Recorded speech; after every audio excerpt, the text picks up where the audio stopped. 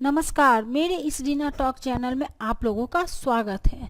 दोस्तों, आज मैं आप लोगों के सामने स्त्रियों यानी कि महिलाओं को सूर्य भगवान, जो कि साक्षात खुली आंखों से देखने वाले भगवान जी हैं, उनको अर्घ्य यानी कि जल कैसे, कब, कहाँ, किस प्रकार, किस पात्र में क्या मिलाकर दे, औरतों को सूर्य भगवान को अर्घ देना चाहिए या नहीं चाहिए, ये सब जानकारी आज मैं आप लोगों को देने जा रही हूँ। दोस्तों, मेरी हमेशा कोशिश बनी रहती है कि आप लोगों तक मैं अच्छी और सच्ची वीडियो लेके आऊँ। आशा करती हूँ मेरी सभी वीडियो आप लोगों को पसंद आई होंगी। और दोस्तों, मेरे वीडियो को लाइक, शेयर, सब्सक्राइब अवश्य करें और बेल आइकन को प्रेस जरूर करें, जिससे मेरी वीडियो आप तक तुरंत पहुंच पाए।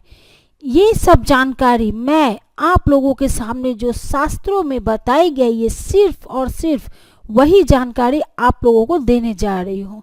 ब्रह्म पुराण के अनुसार प्रत्येक व्यक्ति को सूर्य भगवान को अर्घ अवश्य ही देनी चाहिए। वो स्त्री हो, कन्या हो या पुरुष हो, स्त्रियों को रोज की पूजा जो कि अपने घर की मंदिर में करती है, उसी प्रकार रोज सूर्य भगवान को भी अर्घ देनी चाहिए। मगर महीने के वो 5 या 7 दिन जब माहवारी का समय होता है, उस दौरान सूर्य भगवान को अर्घ देना वर्जित माना गया है। और महिलाओं को अवश्य ही सूर्य भगवान को जल देना चाहिए, क्योंकि परिवार को उन्नति और आगे बढ़ाने में औरतों का ही बहुत बड़ा रोल रहता है, जिससे कुल में वृद्धि होती है, परिवार हंसता खेलता हुआ रहता है। बिना मन में संकोच या प्रश्न को उठाए सूर्य भगवान को अर्घ अवश्य ही दे। अब आगे की जानकारी, सूर्य को अर्घ यानी कि जल देने की विधि आइए हम जानते हैं। आप सबसे पहले प्रातः काल यानी कि सुबह उठे, सुबह उठने के बाद नित्य क्रिया से निवृत्त हो जाए। फिर स्नान आदि करने के बाद ये नहीं कि कुछ घर का काम कर लेते हैं फिर सूर्य भगवान को अर्घ देंगे, ऐसा नहीं होना चाहिए। स्नान करने के बाद घर की जो रोजाना की जो काम होती है उसे करने लगे, उसे थोड़ी देर के लिए रोक के रखे, उसे हाथ ना लगाए। स्नान करने के तुरंत बाद स्वच्छ वस्त्र पहने, फिर अपने बालों में कंघी करे। अगर आप विवाहिता है तो अपनी मांग को सिंदूर से भरे। बिना मांग में सिंदूर भरे सुहागन स्त्रियों को पूजा नहीं करनी चाहिए और न ही सूर्य भगवान को अर्घ देना चाहिए। और दोस्तों, एक विशेष जानकारी, मांग में सिंदूर अपने बालों में बिना कंघी किए न लगाए, जो कि यह अपने शास्त्रों में वर्जित माना गया है।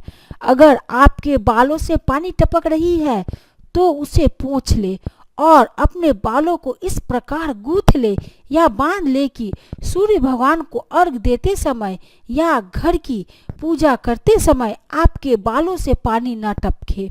अब ध्यान से आगे की जानकारी को सुनिए, जिससे आप सभी का मंगल हो।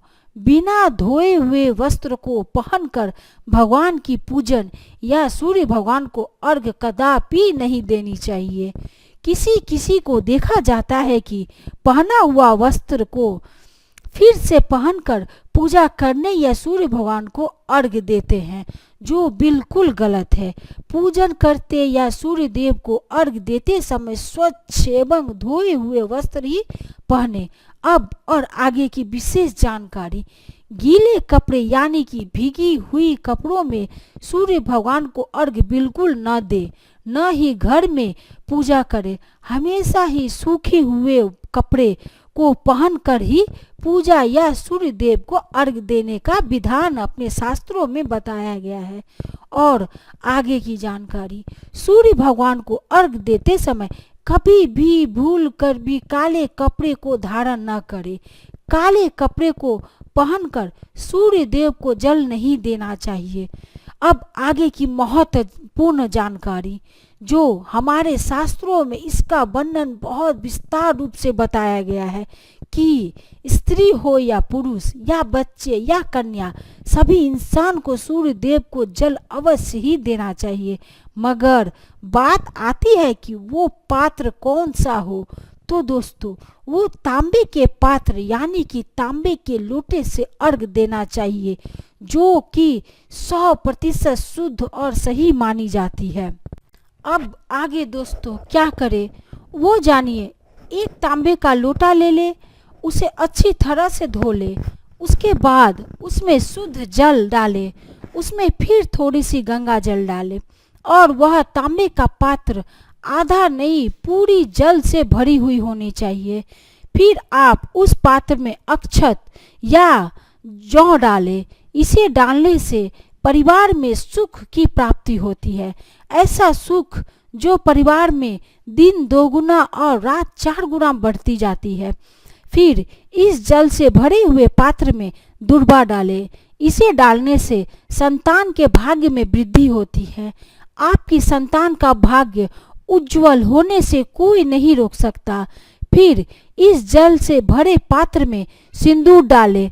अगर आप सुहागिन हैं तो इससे सौभाग्य की वृद्धि होती है।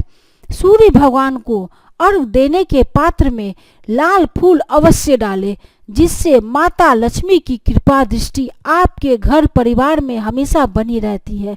आपका घर धनो धान्य से भरा रहता है। और आगे की जानकारी, जल और सारे विशेष सामग्री से भरी हुई पात्र को दोनों हाथों में ले ले और जल को देखते हुए अपने लिए और अपने परिवार की मंगल कामना को कहते हुए जल को अभिमंत्रित कर ले।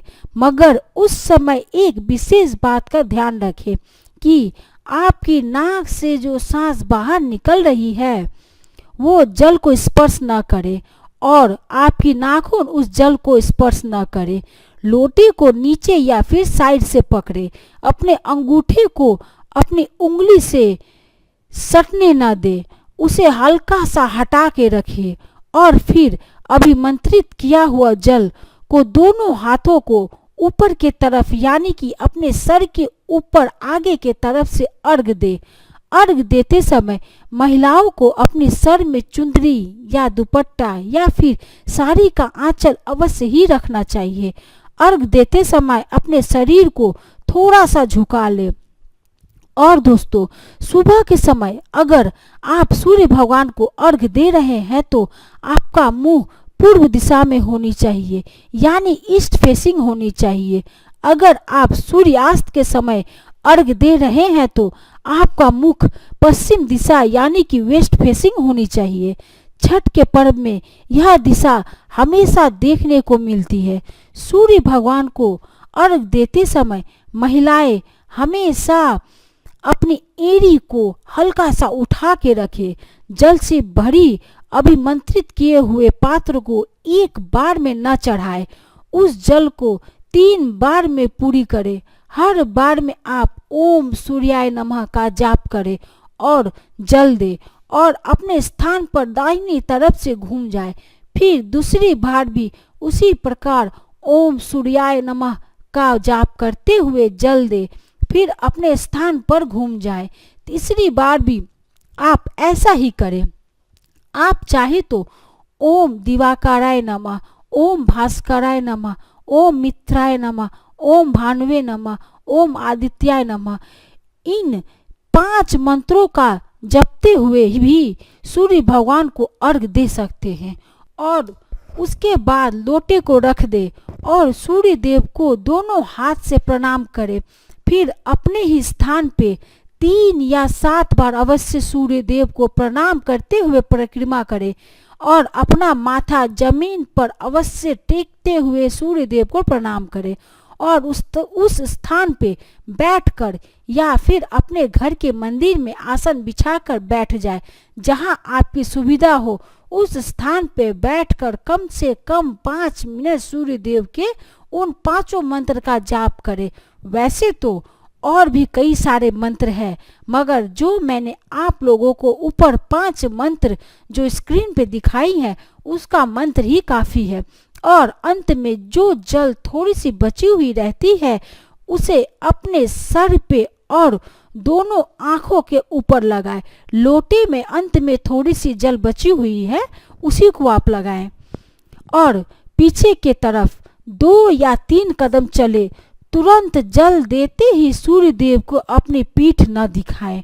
और दोस्तों, जरूरी जानकारी, वैसे तो सभी इंसान को खुले में जहां सूर्य देव का दर्शन हो उस स्थान पर से ही अर्घ देनी चाहिए, क्योंकि सूर्य देव की किरणें हमारे अर्घ को छूते हुए जो हमारे शरीर को स्पर्श करती है वह बहुत ही लाभकारी होती है, जो हमारे स्वास्थ्य, हमारे मन और हमारे भाग्य सबको सीधे सीधे लाभ पहुंचाती है। मगर आजकल अधिकतर इंसान बिल्डिंग या फ्लैट में रहते हैं तो खुले में जाना संभव नहीं हो तो अपने घर की बैल्कोनी में एक गमला या शुद्ध पात्र ले ले और उसे जमीन पे रखे और लोटे के जल को अर्घ देते समय उसी पात्र में गिराए और उसे किसी भी पौधे में उस जल को डाल दे। तो दोस्तों, आशा करती हूँ मेरी यह वीडियो आप सभी को पसंद आई होंगी। कृपया मेरी इस वीडियो को लाइक, शेयर और सब्सक्राइब अवश्य करें। ज़्यादा से ज़्यादा अपने दोस्तों में शेयर करें जिससे मेरी इस वीडियो का फ़ायदा सभी ले पाए। आप सभी हंसते रहें, मुस्कुराते रहें। आप लोगों का कीमती वक्त देने के लिए बहुत बहुत धन्यवाद।